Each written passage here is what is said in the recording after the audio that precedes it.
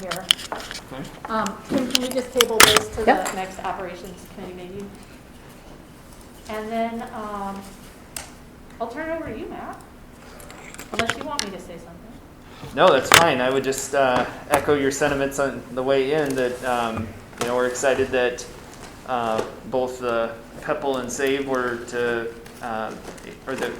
they were able to be extended. And so we are thankful for the voters' support on that. And now we kind of get to do the fun stuff as far as putting the plan together and having some conversations in that long-term category about what it means for the district. And so I'm going to probably flip it over here to these guys, and I think tonight is really, not to channel everything Chase is going to say, but trying to get some next steps from you about what you think makes sense, and then what we want to probably maybe even take to conversations to the larger board before we do anything.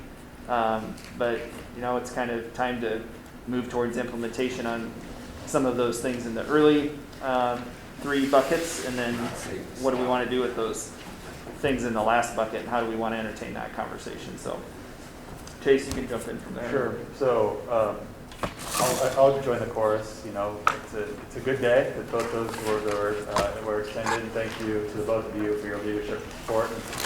I see Rathina in the back of the room, her board support, and Jane's new board support for these two. I think they are of paramount importance, and the community resoundingly showed their support for the work that we've done and the trust that we've built and what we want to do moving forward. The crux of tonight is, that work's done, but I think some of the hard and some of the fun work begins. We really do want to just continue to make sure we're on the same page about what we think those next steps look like. A timeline is probably something we want to start talking about, but then also some preliminary discussion about what our expectations are around how frequently we're going back out to the community.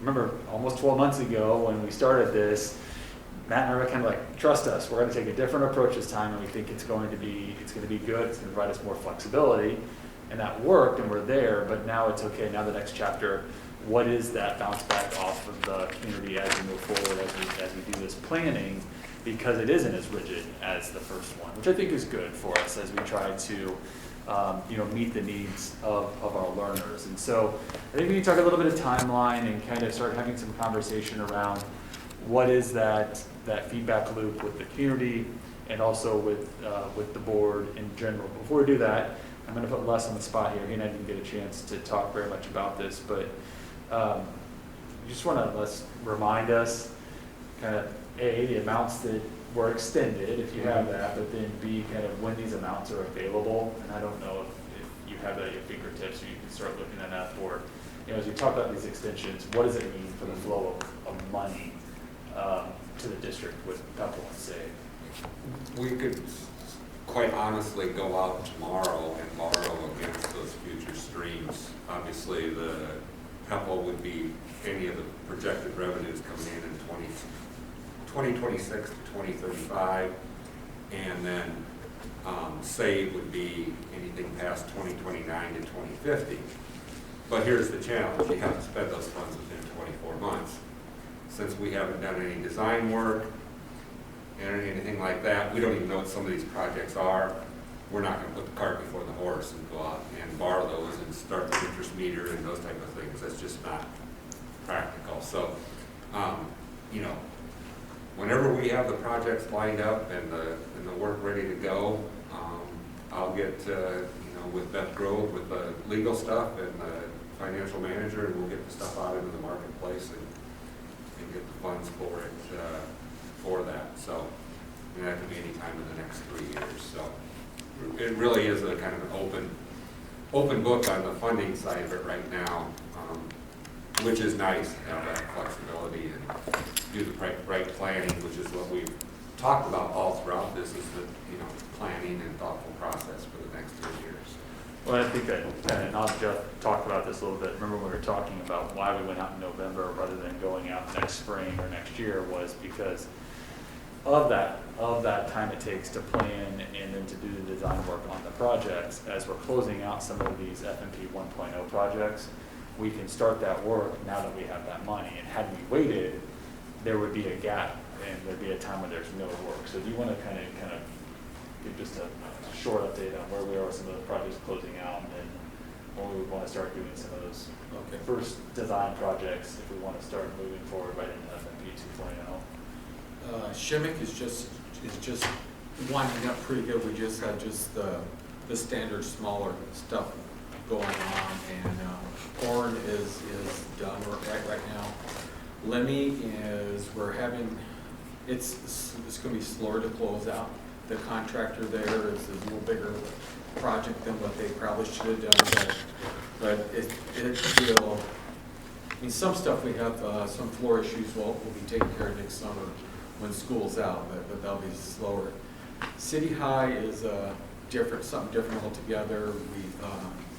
We accelerated it, but we're still having problems with the cupola, getting it done. It's closing out. It'll probably take about another 3 months to actually get the majority of it done in that. Then we have just started the design of the southeast kitchen expansion, where we're actually going into, originally we were going to go out into it'd be south of the school. We decided to go into the courtyard, add on to the cafeteria side, and then take the kitchen into, if you're familiar with the building, into the hallway. Expand that out there, and then put the hallway where the cafeteria is now, and they could actually eat lunch in there. So that design is right now, and I believe we're going to go out to bid in February. The problem we're seeing right now, we all need to be mindful of everything is bidding very high right now. Last week I asked for or 2 weeks ago I asked for you guys to reject the bid on the CTE. So it's whether it's labor or supply or the supply chain, there's just a lot of uncertainties right now. So hopefully by the time we rebid that project and rebid this, it'll be a little bit better bidding climate. Then as far as the 2.0, I think we're going to need some direction because stuff is changing. I'm getting already, I have 3 elementary schools that want modulars. So now we're going to have to address whether it's legit. I haven't talked to Chase. I just sprung this. You heard the same time Chase has now too. But so whether, we haven't really looked to see why or not, but we might need direction. And do we add on to the junior highs like we talked about to get room that way? Do we need direction there? Do we need direction, start with Hills? I'm not really sure. That's where we haven't met yet to see how we want to go. But whatever project we want, we can start designing. We can pick whoever the design firm anytime now. And if the plan was, if we could probably start designing now, we could probably go out to bid this spring and start either late spring, early summer, and that would give us a year and a half, or a year, to finish up the project. So.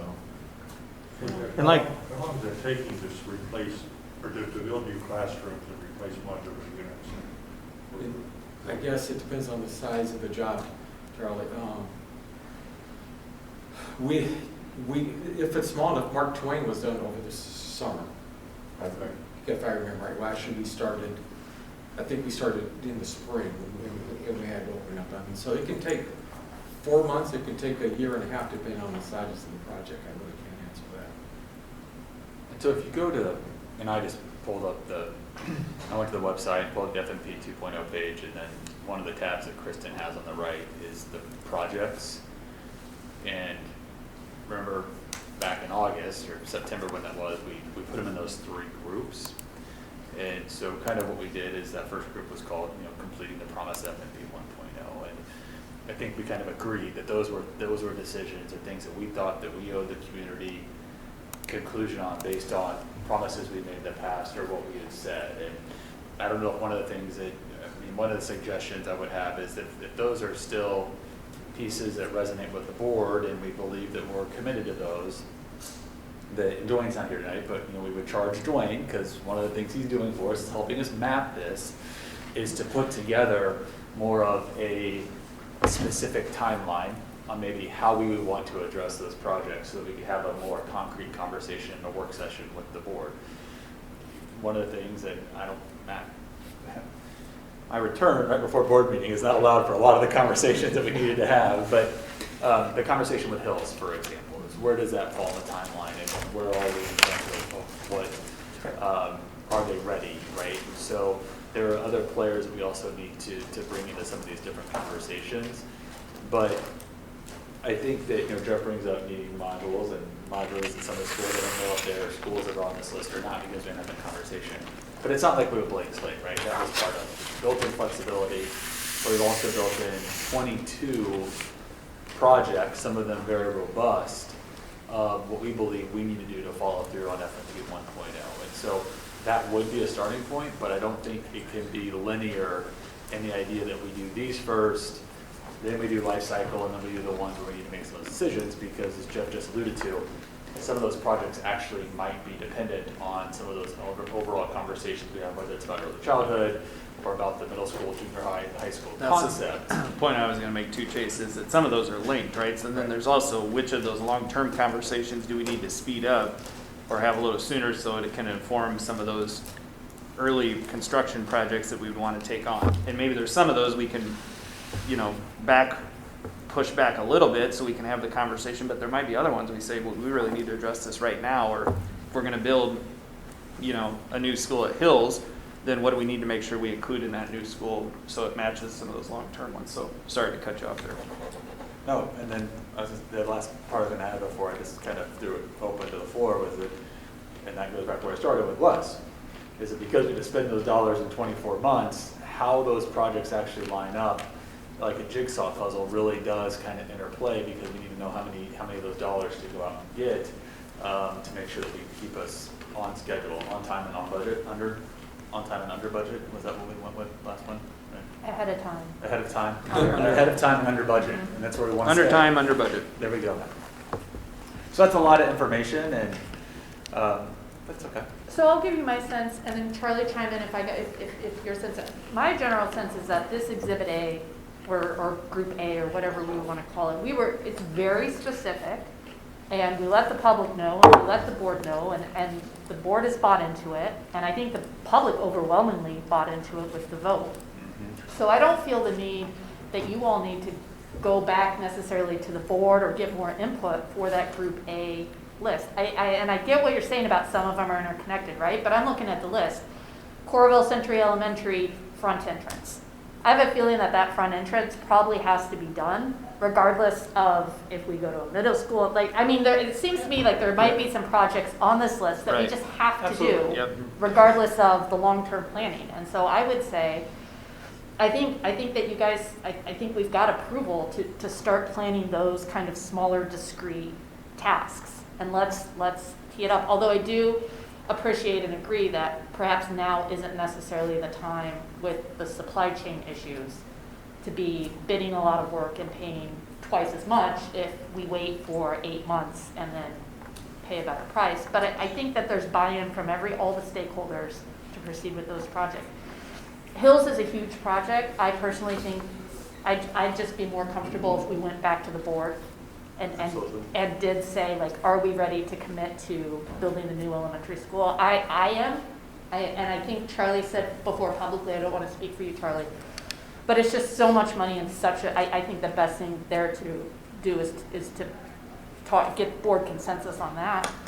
But assuming it's still there, then I think it's time to move ahead with Hills and get that, start working with the city council and find the site and get the drawings drawn up. Some of these, I do think we're going to have, I'm seeing classroom edition, classroom edition, classroom edition, classroom edition. And I think that's what maybe you guys were alluding to before. If we're going to move to middle schools, do we need all of those classroom editions? Because if we take the 6th grade out, well, then we have 2 or 3 more rooms open up. And so that's going to make us reassess what we do there. And I think maybe that's where we have to start doing some board and community work. I don't feel comfortable saying that we can just move to middle school without talking to the community, right? That's a huge thing that we didn't talk about. So that to me kind of seems to be like the next huge move that we don't have input yet on, and that we would need to go out and talk to stakeholders and talk to the board and have a robust community decision. But I think that's something that we should do soon, because it seems to impact a lot of the Group A projects we either have to do them or have a solution of why we're not going to do them. Or else we're going to have a couple years here of really crowded schools for kids, which I don't think is ideal. Especially if you're already getting requests for modulars. So that's kind of where my head is at. I pretty much agree with you, Lisa. I do think I'm definitely committed to getting these schools at Hills, and I'm okay with the timeline and what we want to do first. Board approval and talking with the community on that. I would support, I think, moving classroom additions up into the schedule if that helps us to avoid doing as much modular usage as we possibly can do. But I don't know if for other board members that want that as a priority or not. Middle school is a great idea. Pushing them into what we're going to do with this money. Somehow I'm thinking that's a 2-year process, but then surely we could maybe it won't be a 2-year process. One of the things that personally I don't understand yet is what's the educational implications of doing middle school as opposed to what we're doing now. Right. And how that can, if there's work in the community to do that. We were talking about continuing to do community involvement and community communication.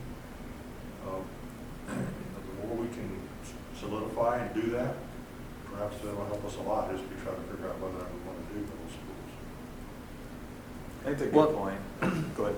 I was just gonna say, I think in somewhat the middle school conversation is tied to the preschool conversation too, right? I mean, depending on how we expand or have interest in continuing to expand the early childhood education component, that puts additional pressure at our elementary sites, right? Which then, if that's we have an aligned goal from the board on that. So if that's a goal and that's an effort and that's a move we make, that may inform a lot of that middle school conversation too out of necessity, but I think Charlie's right that we also have to approach it from an instructional benefit standpoint, right? Like what's the teach and learning reason and the instructional benefit? And that's been a core part of this plan is that we want to design spaces to address teach and learning needs. And so it should, if middle schools is going to be an answer, then it has to really be that there's a solid teach and learning reason we're doing middle schools, right? Just like there'd be a solid teach and learning reason we're doing early childhood education.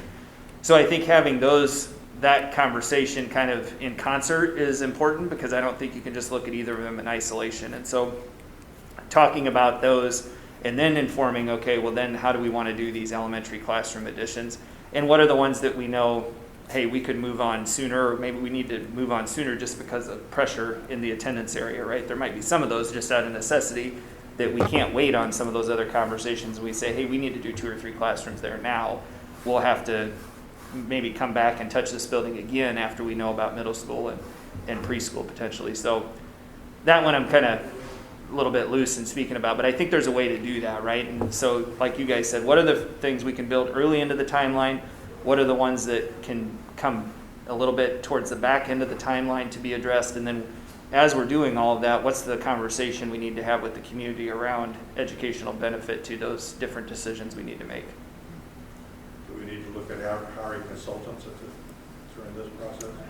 I don't think it's necessarily consultants, Charlie. We have a couple of good relationships with folks that pull research and information for us that talks to us about different, I guess for lack of a better term, initiatives we take onto the district or different concepts. One's Hanover Research. They pull a lot of information and research for us about a middle school model versus a junior high model.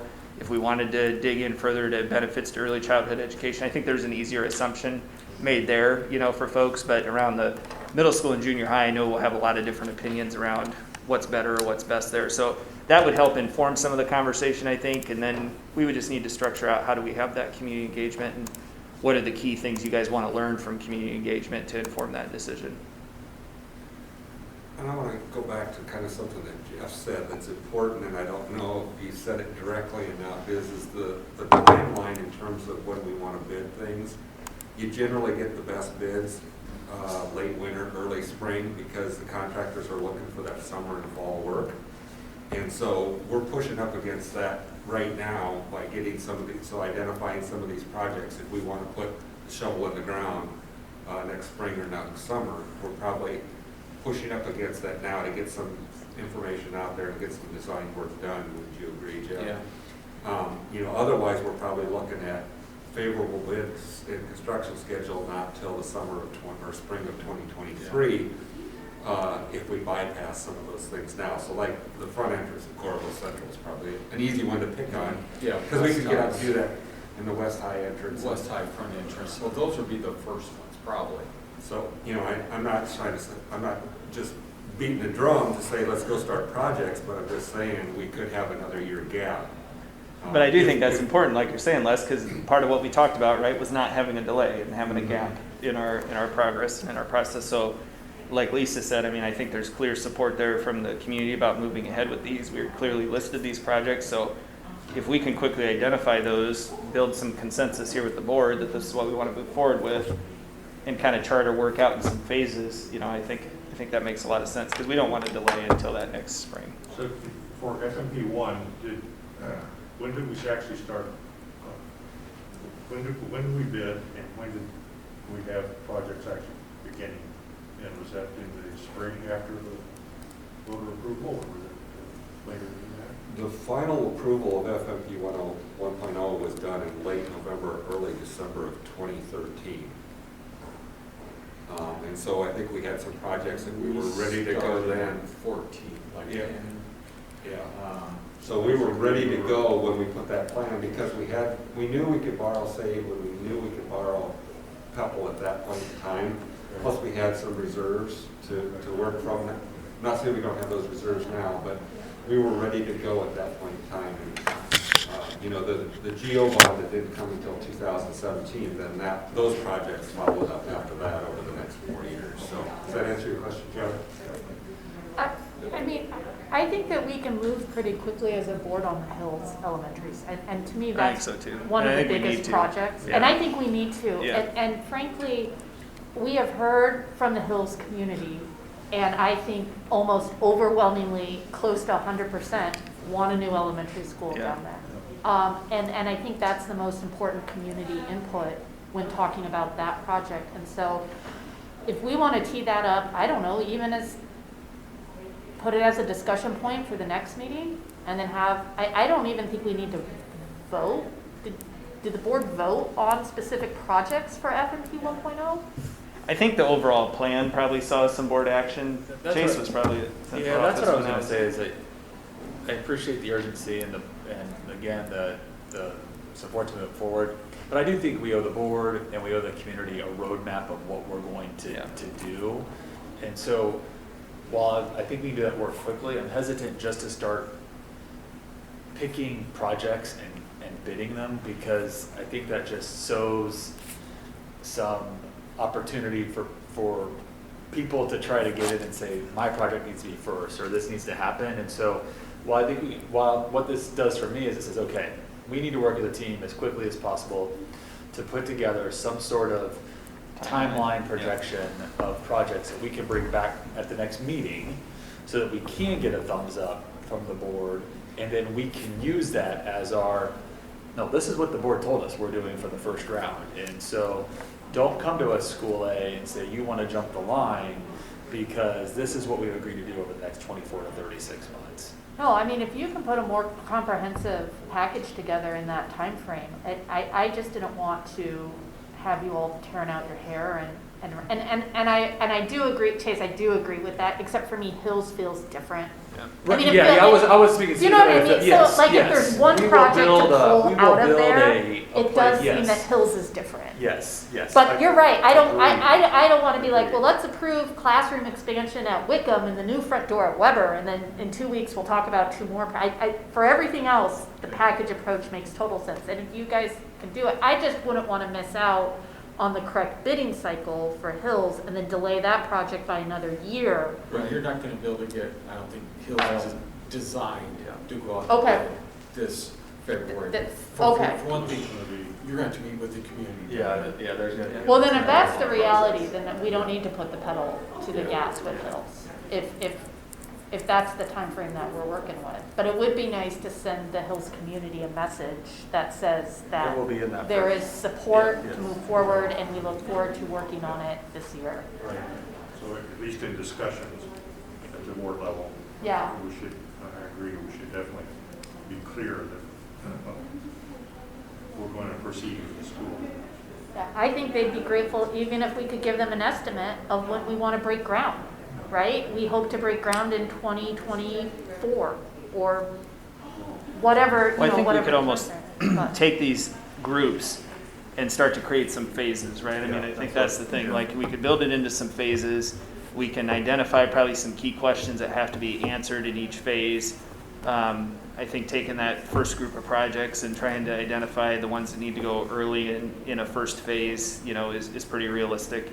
Just even as we've talked about them here tonight, there's some easily identifiable ones. And I think that's what we could take to the board in draft form and basically say, are we comfortable with this approach and continuing to walk down this path? And we can just continue to keep refining it, right? But those things in that first phase, if we can get some general roadmap like Chase is talking about, but then some permission to move forward with a few design projects from that first phase, I think that lets people know that we're trying to keep moving, but we're also designing a comprehensive plan as we go along. And there may be some of these classroom additions too that you guys look at and you say, foreign classroom addition. Even if we got the 6th grade out, we still are going to need a classroom. Like, we know no matter what happens with what's up in the air, we need to do this. I would say please include that. Yeah. Let's build out this first plan with these things as much as, if we know we need to do it, let's get it on there, and then you guys can work your magic getting it into the timeline. Gives you the most flexibility. There are, by my count, 7 or 8 athletic field projects in this first phase. So in terms of convincing the community that we're doing a good job in administering this plan, if there's some way to stream those along, I'm not seeing doing 7 soccer fields or whatever starting next summer as the first element in this plan. We could look at that. City High and West High, we're trying to come up with a better master plan. Good. So again, we just don't want to jump into it and say, okay, we're going to, build the tennis courts here. We want to, and we have to meet with the administration and community though. But we could probably start it. We can start the design process. I guess I'm suggesting not emphasizing athletic fields as the first major set of works for this phase A. Oh, okay. Well, and I think another thing, Charlie, that was effective in that first plan is some balance, right? Like, I think that's the key piece, right? People wouldn't just want to be seeing all athletic work, or that we just took on the athletic work first. We have fine arts projects in there, we have academic projects in there. And so as we build those phases, we'll just need to think about balance again around geography, balance again around programming, and all of those components so that we can try to address those needs as we go along. But I think your lens is a good one there that we need to be careful about, right? That they're not just seeing fields and stadiums. Two property elements, southwest element, another elementary school, southwest quadrant, junior high in the southwest quadrant. I'm still, frankly, after nearly 2 years on the board, I'm still not clear exactly how districts go about deciding about sites. Well, I mean, we work with, there's a number of different elements. We work with the demographers, we work with the city planners. I mean, obviously, I know you've done some city commission work with it. Demographers, okay, that's. Right, and then we work with the city planners and developers about when lands or pieces of property are purchased. Sometimes there are riders that the city puts in that this much land has to be set aside for a park or for a school. So some of those are designated ahead of us, and we also try to look at where the district is expanding, right? And we can't buy land that's not available, and so that's why most of our new schools, are on the periphery, not downtown. So you're saying we use criteria for choosing sites based upon what the district needs, Yes. not what developers need. Correct. And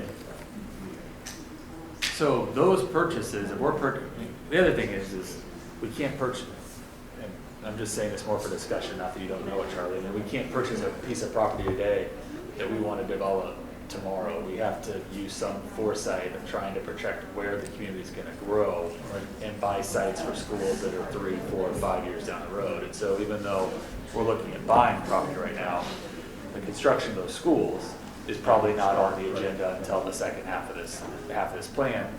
But if we don't get the land now, it's not gonna be available when we need it. I mean, I drove up to Graham last night because I went up to the clinic, and I drove up Dubuque Street. And we bought the parcel of land on the south side of Dubuque the same time we bought the parcel for Liberty High School on the north side of Dubuque. And that was 6 years ago, 7 years ago. And they're just now starting to develop those neighborhoods, and then we're gonna put the school in there. And so, I mean, that's not uncommon for schools to hold on to parcels of land for 5 or 6 years before they build on them, just because we have to wait for the community to catch up. Or, like in Liberty, we build the school first and then they build the community around it. That often happens too. Same thing at Alexander, right? We built a school there, the neighborhood develops around it, and so you find places where the neighborhoods can come to the schools. But we had pretty good information that there was going to be a neighborhood there. On the south, where? Yeah, Yes. that eventually there was gonna be, right, yeah, or that it's developable, yeah. And it's the same thing on the southwest parcel, because we know from the city that they're running those sewer lines under the highway, and we know the timeline for that, so we know that's when that's gonna be. We also know that Weber is over capacity. And there were arguments that we needed another school out there regardless of the development on that side of town, just because of all the students are already over there. Okay. But that's another example. I think there's some conversations that we really need to start having as a group, that we need to really start kind of honing in on what are the available parcels. And some of that will be closed session, right? Some of those, right? Yeah, some of those realistic Yep, questions will be closed session. They won't be open session when we're purchasing real estate. We'll have to get the board involved in some of those too. Okay. So in terms of the timeline, the meeting in 2 weeks is the Tuesday before Thanksgiving, which may not be a meeting that the board wants a lot of stuff on. Right. So I'm just guessing. So maybe it would make sense to push it out to the December meeting, the 14th. Yeah, I think we'd want to come back and bring something to you all on the 7th. 7th?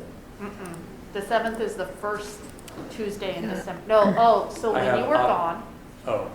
we Okay. changed the operations committee schedule meeting. And so Oh. now they're the second Tuesday of the month at 5, so that its operations committee flows into board meeting. I'm busy at those times. I can't make those times. Wow. We need another person from the operations department. Fair enough. I think the That's good team to could know. work to have it ready by the 14th, so. Yeah, so that's a and then month. We can share that, yep. And then,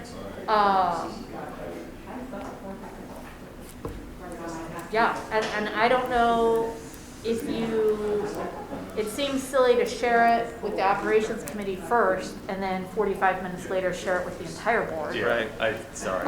I don't know if we want to invite the board to come to the operations committee and do the work here so And just that do the it board meeting at ops? just do it at the ops time, but maybe that's not going to work for people's schedules. The only part with that is probably the public nature of it. If we're gonna move on Yeah. something from that, people might feel with it more comfortable in the regular board meetings, so maybe we just don't do ops that night, and we just make it part of the meeting on the 14th. Well, that's what I think makes the most sense. That'll work. Which dovetails into our last agenda item, which is the next ops meeting. So we'll take December off and then come back January 11th? 11th. It's not on my calendar. Oh, I think I stopped calendaring school board meetings in 2022. The 11th.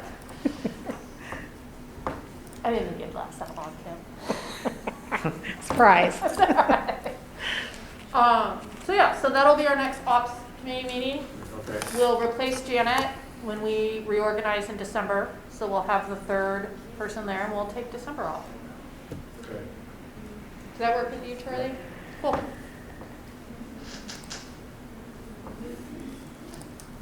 Anything else? Well, I just expressing my greatest gratitude for the work that all of you did for preparing this issue for this election. You know, you got 80% approval from the voters for this facilities work. I don't think that's been done before. And it certainly surprised me, although when I thought about it later, in the context of the work that you did to prepare the community and prepare a description of what we wanted to do, how we wanted to do it, it wasn't really all that surprising. But I just really want to commend all of you for making this possible for the students in this district for the next 30 years. Thanks, Thank Charlie. you, Charlie. Yeah, Appreciate that, really do. Means a lot. You know, I think a lot of what Dwayne did, he had the backing of the board and the administration. I think Dwayne laid the groundwork to show that it can be done. I think you're right, Jeff. An easy thing for me to say through this process was the credibility we established through the first facility plan, right? I mean, there was a lot of good evidence there of us being able to do what we said we were going to do and being able to effectively carry out those projects. So it was a good win. It was good. I'll also add that I think we should thank the community. I mean, Absolutely. Yep. and this is what strong community support for public schools looks like. Yep. Is Exactly. coming out and 80% saying, yes, we want to invest in these schools. I was blown away too. Yeah.